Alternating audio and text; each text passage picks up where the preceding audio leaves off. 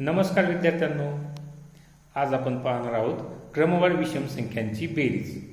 पहिल्या 10 क्रमवार विषम संख्यांची बेरीज किती असा प्रश्न विचारल्यानंतर या ठिकाणी शब्द प्रयोग केलेला आहे पहिल्या 10। मग क्रमाने येणाऱ्या पहिल्या 10 विषम संख्यांची बेरीज किती? एकूण विषम संख्या किती आहेत? 10।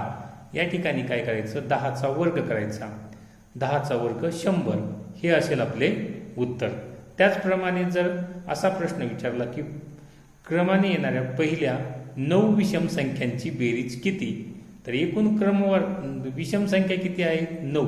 तर मग या ठिकाणी करायचं 9चा वर्ग 81 हे असेल आपले उत्तर।